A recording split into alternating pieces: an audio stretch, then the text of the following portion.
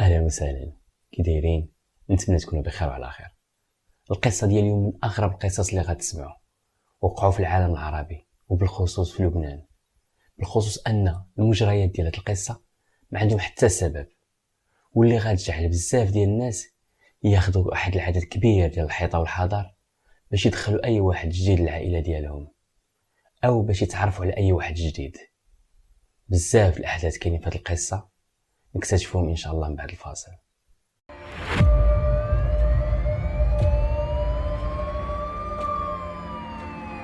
I'll see Mr. Meter site. 10 Port 12.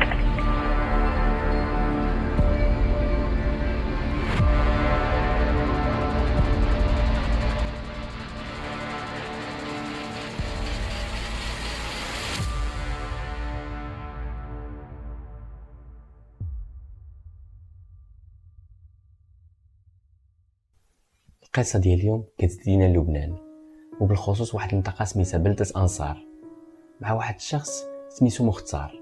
عنده 3 ديال البنات. الاولى سميتها منال، هي الكبيره عمرها 22 سنه. الثانيه المتوسطه سميتها تالا، فعمرها 20 سنه. والصغيره سميتها ريما، فعمرها 16 سنه. كان مزوج بواحد السيده سميتها باسمه، لكن مؤخرا في 2021 ما بقاوش متفاهمين وقرروا انهم يطلقوا حبيا. لكن هذا ما كانش داير لهم مشكل، لان مختار كان كرا لهم واحد الدار حداه، وكان متكفل بالنفقه ديال بناتهم، مقابلهم مزيان بحال راهم مازالين مزوجين. اصلا بقات العلاقه ديالهم مع الطليقه ديالو علاقه مزيانه. البنت الوسطى تالا تعرفت على واحد الشخص سميتو حسين الفياض، اللي هو شخص كان من عائله مزيانه مشهورين تما في لبنان بالاخلاق ديالهم. وهي تمشي عند الاب ديالها المختار، قالت له راه جا واحد الشخص بغى يخطبني. مختار كان كيثق بناتو، كان عارف بانهم مربيهم مزيان وعارفهم بانهم ما يجيبوش شي واحد اللي ماشي هو هذاك. قال لها مرحبا بنتي، صافي قولوا يجي تلاقاني وان شاء الله ما يكون الخير. وبالفعل حسين جا هو والاهل ديالو، تلاقاو العائله ديال المختار، جلسوا كيتذاكروا، تفاهموا العائلات بجوج. غير هما قرروا انهم ما يتزوجوش دابا، يتزوجوا من بعد عامين، لان كانوا كيقولوا له بان بنتنا مازال صغيره، مازال عندها 20 عام، خليها شي شويه يدوز شويه الوقت، ديك الساعات مرحبا ما كاين حتى مشكل، غير العلاقه ديالكم غتبقى محدوده. الا بغيتي باش تلاقاها ولا اي حاجه اجي تلاقاها في الدار ديالنا، يعني حدانا، حدا خواتاتها وحدا امها. حتى الا بغيتو باش تخرجوا تخرج معكم شي وحده ديال البنات ولا امها، يعني ما تخرجوش بوحدكم. حسين عجباتو ديك الهضره، يعني ما تقلقش من ديك الهضره، بالعكس قال له انا عجباتني هاد الهضره وزدتي كبرتي لي في عيني، وانا عندي الشرف باش نكون واحد من هاد العائله. قال له بالخصوص انت ما عندكش الدراري، ان شاء الله انا كنتمنى باش نكون انا الولد ديالك اللي ما جبتيهش. الامور كلها كانت غاديه مزيان حتى 2 مارس 2022. تالا كتصل بالاب ديالها كتقول له حسين عاد عيا العشاء انا والام ديالي وخواتاتي، واش ممكن نمشيو؟ مختار بقى شويه كيفكر، لكن قال لها شوف منين تمشيو كلكم ماشي مشكل، غير عندي شروط، ما تعطلوش ووصلكم حتى لباب الدار، وتليفونكم ما تطفيوهش، وبمجرد ما توصلوا للدار عيطوا لي باش مابقاش مخلوع. بالفعل قالت له ما تخافش هادشي كله كون هاني. مختار جاي نعس، كيشوف بنته ما عيطاتلوش هو يتخلع، يهز التليفون ويبقى يصوني عليها، والو ما كتجاوبش. هو يتصل بالبنت الصغيره حتى هي والو، اتصل بالبنت الكبيره والو، اتصل بالطليقه ديالو حتى واحد ما كيجاوبو.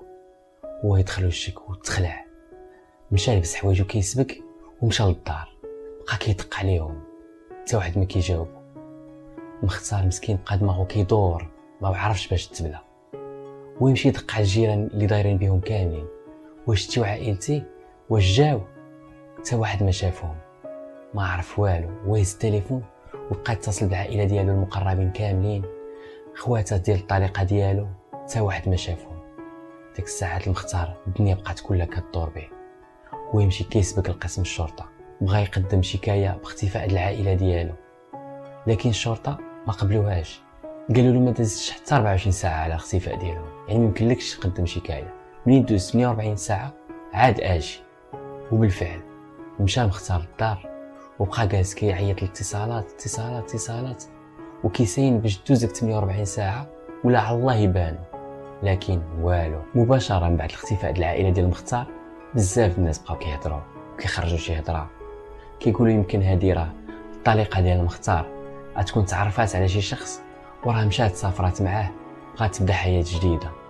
مختار بقى كيسمع داك الهضره كيقول هادشي ما يمكنش، انا راني علاقتي بقات معاه مزيانه وبناتي غيمشيو يسافروا ما يخبرونيش، واصلا كانت اي حاجه راه بناتي غيخبروني بها. ولكن واخا هكاك بقاو الشكوك كيدخلوا في دماغو حيت ما عارف والو. كيقول فين مشاو. هو يقرر انه يهز السوارت ديال الطوبل ديال الدار ديالهم ويمشي يحلها باش يشوف شنو وقع في الدار. لكن اول ما دار مشى عند الاخت ديال الطليقه ديالو وشي وحدين في الجيران بغاو باش يدخلوا معاه باش هما يشوفوا باش الا كانت شي حاجه يكونوا شهود. بالفعل مشى حل الدار ويلقى الامور عادي، كيسان القهوه باينين عاد شربوا في الصباح، الحوايج منشورين، يعني كلشي كاين عادي بانهم غير مشاو خرجوا وصافي، باسبوراتهم وراقهم فلوسهم كلشي كاين. من هذا المنزل تحديدا خرجت باسمة عباس وبناتها منال وتالا وريما صفاوي في 2 من الشهر الجاري بمرافقة حسين فياض لتناول العشاء، ولكن الأمور لم تقف عند العشاء. هو المنزل الذي استأجره الأب زكريا صفاوي للعائلة بعد الطلاق من الأم قبل أكثر من عام. المنزل طبيعي جدا، صور البنات تزين الجدران والشهادات المدرسية تزين غرفة الجلوس إضافة إلى أسماء البنات، وهنا فنجان قهوة وغسيل وحياة طبيعية. أما هذه الصور فهي لجوازات السفر والهويات والأموال الخاصة بالأم وبناتها التي حصل عليها الأب عندما دخل شخصيا المنزل بعد أيام من اختفاء بناته. وما هذه الصور إلا إثبات أن الأم وبناتها لم يهربن من المنزل وخرجنا منه للعودة إليه. ومختار من شاف الدار ديال عائلته هكاك عرف ان ديك الهضره كامل اللي كدور ما كاينش منها، وان راهم اصابهم شي مكروه. ديك الساعه كانت دازت 48 ساعه ويمشي عند الشرطه، بداو كيستوجبوه قالوا له اخر حاجه وقعت مع عائلتك شنو هي؟ قال لهم اخر حاجه هي اتصلت بيا تالا وقالت لي راني غنخرج مع الخطيب ديالي انا والام ديالي وخواتاتي، وبالفعل خليتها تخرج. من تما تقطعت الاخبار نهائيا عليهم.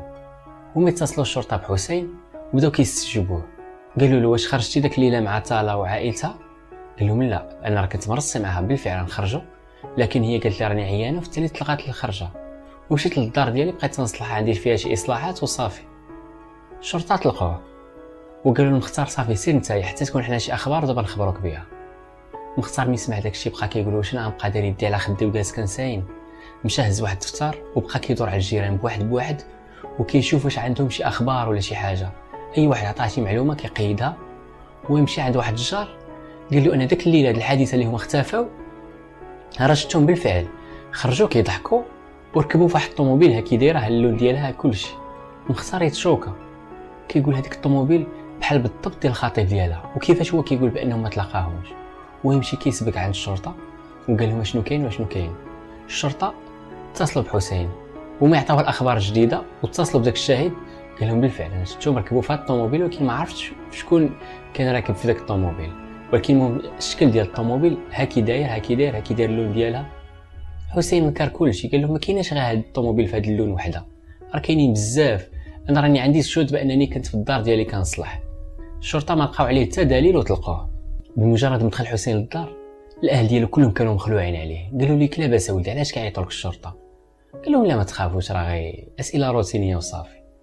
شي شويه هو جالس كيهضر معاهم ويتلقى واحد الاتصال ويبان له بانه من سوريا.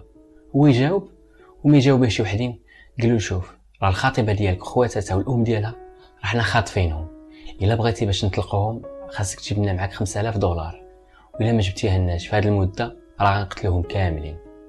الاهل ديالهم ملي سمعوا داك الشيء كلهم تضامنوا مع داك العائله وجمعوا الفلوس وقالوا له هكا ولي سير ديها ونقد داك العائله مساكن. مشى حسين سافر الاهل ديالو كانوا مساكن كلهم مخلوعين كيقولوا عندك غير يمشيو يشفروا حتى ولدنا ولا يديروا له شي حاجه. بقاو مساكن داك الصباح كامل هما كيساينوا وهم مخلوعين شنو غيوقع، واش حسين يجيبهم ولا هو براسو ما غيرجعش. شويه هما يتلقى واحد الاتصال من حسين وما يجاوبوه ويقول لهم صيفطوا شي واحد باش ينقذني، راني بمجرد ما قربت من سوريا جاو شي وحدين شدوني خداو لي التليفون ديالي وخداو لي الفلوس وضربوني وراني في الحدود ما بين لبنان وسوريا. هما بقاو مخلوعين وبالفعل مشاو جابوه ووصل للدار كان عنده شي اثار ديال الضرب. بمجرد ما وصل الشرطه جات ولقات عليه القبض. علاش؟ اول حاجه قالوا له انك درتي هادشي كامل بلا خبر الشرطه. المحققين قالوا لحسين بما انك تلقيتي واحد الاتصال مع داك المختطفين علاش ما جيتيش خبرتينا وحنا غنعرفوا شنو نديرو؟ هو يرد عليهم انا خفت عليهم يمشيو قتلوهم ولا شي حاجه، قلت لهم ندفع داك الفلوس ونرجعهم حسن ما يوقع لهم شي مكروه. داك الساعات راكم عارفين شنو وقع، مشيت وشدوني وضربوني وما قالوا له عاود لنا الاحداث بالضبط بالتفسير الممل. هو بدا كيعاود لهم القصه بالضبط شنو وقع، وداك الشيء كامل ما تخلوش دماغهم.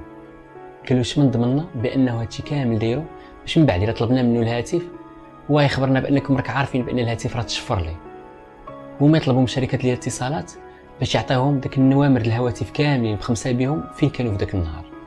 النوامر ديال البلاد كاملين كانوا في مدينه الانصار، لكن نمرد حسين والام ديالو مشاو لمدينه صور، المدينه اللي كانوا باغيين باش يتعشاو فيها. هما يسولوا حسين كيفاش فسرنا هاد القصه هادي.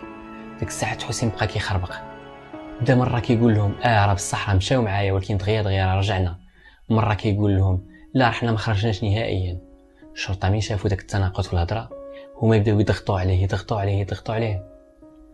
ديك الساعات حسين انفجر وعاود لهم القصه كامله. دابا غنعاود لكم الاحداث بالضبط كي وقعت لداك البنات والام ديالهم. حسين اتصل بالام الخطيبه ديالو وعرض عليها العشاء هي وبناتها.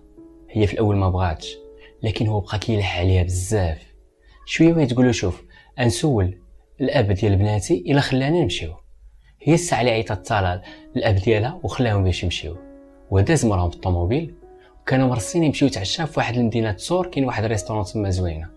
وبالفعل غاديين في الطريق شي شويه وحسين قال لهم راه كاين واحد الشخص كيسالني شي فلوس خدام في واحد الفيرما ديال عمي، واش ممكن في الطريق ديالنا نمشي نعطيه داك الفلوس؟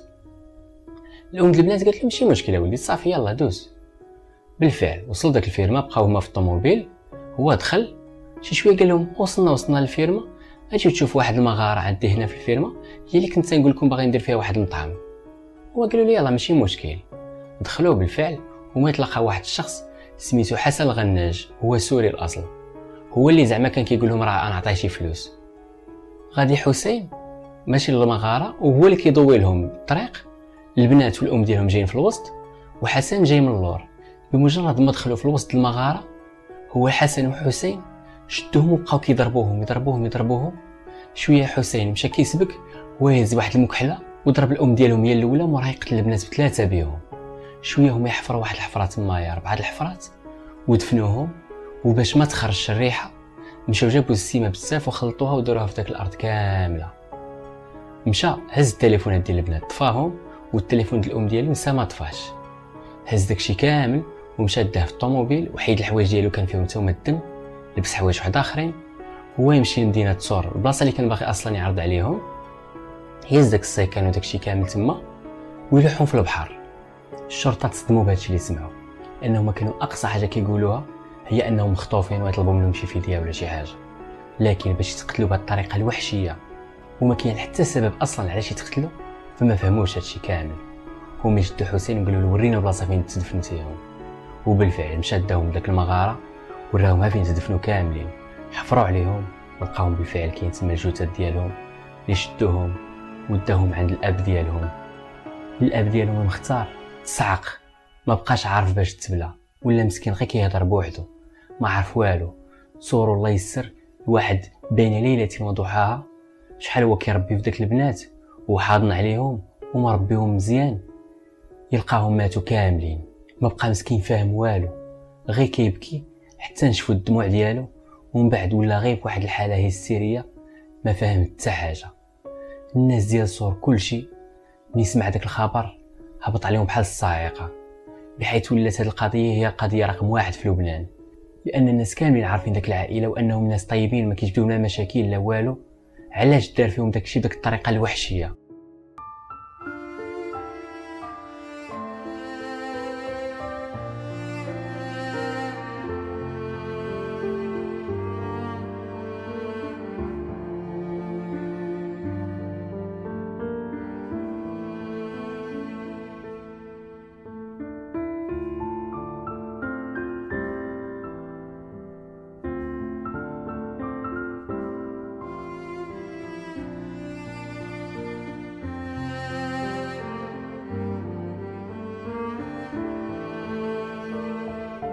بس يا ريت ما راحوا هيداك اللحظة. يا ريت بس كانوا عارفينه قبل حقيقته وما راحوا موت. الحب المشؤوم، الحب الأسود، هيدا الثمن اللي بتدفعه البنت إذا حبت شاب. هي ما حبته من المريخ، حبت ابن ضيعة. نور عيوني بلا ربيتها أنا أختي، باسمة أختي ورفيقتي، والله باسمة بتجنن، والله حرام يروح دمها هيك. بحيث ان الناس كلشي ولا كيطالب بالاعدام ديال حسين. حتى العائله ديالو خرجوا في واحد اللقاء صحفي قالوا حنا كنتبراو من ولدنا، اصلا ما عرفناش كيفاش ولدنا ولا هكا، كان مربي مزيان متخلق، عمرو دارنا شي مشاكل باش خرج منه هادشي كامل، فحنا تبرينا منه وكان طالبوا انه يتعدم في الساحه العامه في مدينه صور. صورة عائلة مذهولة من فعلة ابنها، فبعد أن تبرأت عائلة فياض بالأمس من ولدها حسين، ها هي اليوم تطالب بإعدامه ودفنه حتى قبل دفن الضحايا الأربع.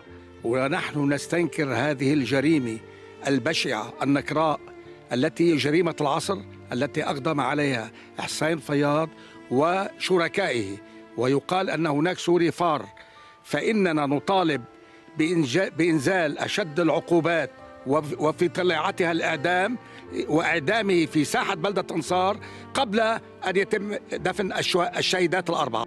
الناس كلشي بدا راسهم كيضرهم، بغاو يعرفوا علاش حسين دار هذه الجريمه هذه مع ما كاين حتى سبب باش يديرها.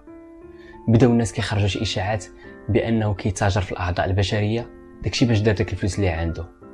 خرجوا الاطباء بتقرير بان ما عندهم حتى عضو ناقص، جميع الاعضاء ديالهم هي هذيك.